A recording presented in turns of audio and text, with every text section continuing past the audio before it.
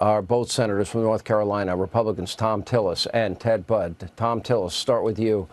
Joe Biden says every need has been met and everybody's happy. I didn't hear a lot of happy people there, Senator Tillis. No, Sean, I think one thing we have to point out is there's a lot of great volunteers, people on the ground, law enforcement agencies, first responders, a lot of good people doing good work. But the administration was slow to get started. We know for a fact, Ted Budd, my friend, and I have been across the state together. We know that the soldiers at Fort Liberty were prepared to move on Monday of last week.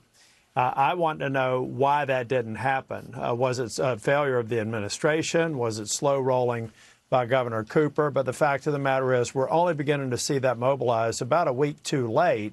And I think that's the source of some of the frustration. But keep in mind, there are a lot, there's morale. This is a horrible place to go and see right now. It is heartbreaking to go across several areas of North Carolina, roughly the size of the state of Massachusetts. So let's make sure we lift up all those people that are doing good work on the ground, but then hold the administration accountable and hold Harris accountable for politicizing the event. I take a personal offense to this. I see what she's tried to do with DeSantis, but I also see her use my words in a way that was purely for political purposes. There is no excuse for that sort of behavior right now. We need to get help in North Carolina and get it there soon. You know, you used the key word, Senator Tillis, a week late. Senator Budd, it's not just that.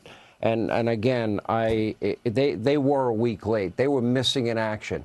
And I don't even think we have the total death count. And then David Axelrod goes on TV, well, a lot of these are Republican areas and people probably won't be able to vote.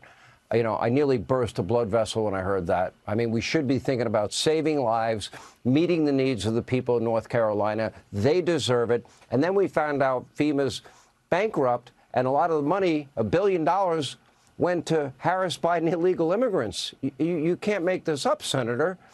That's not how government functions. No, this is... She's doing, you know, Call Me Daddy and Stern and The View, and she's not in North Carolina where she belongs.